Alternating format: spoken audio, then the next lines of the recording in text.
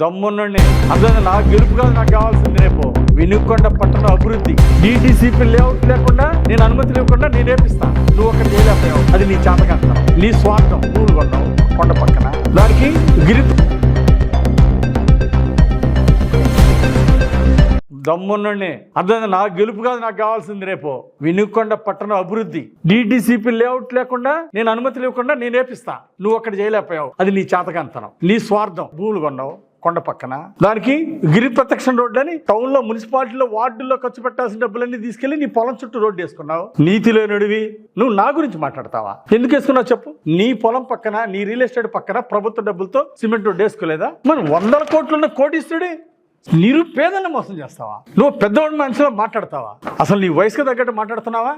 5 ఏళ్ళు నియంతలా చేసావు. నువ్వు చేసిన పాపాలు అడిగిపోతాయి. ప్రజలు ఏం చెప్పారు నీకు? తీర్పు ఏం చెప్పారు? అసలు వినుకొండ పుట్టినాక ఇంత మెజారిటీతో ఎవడో నోడిపాడా?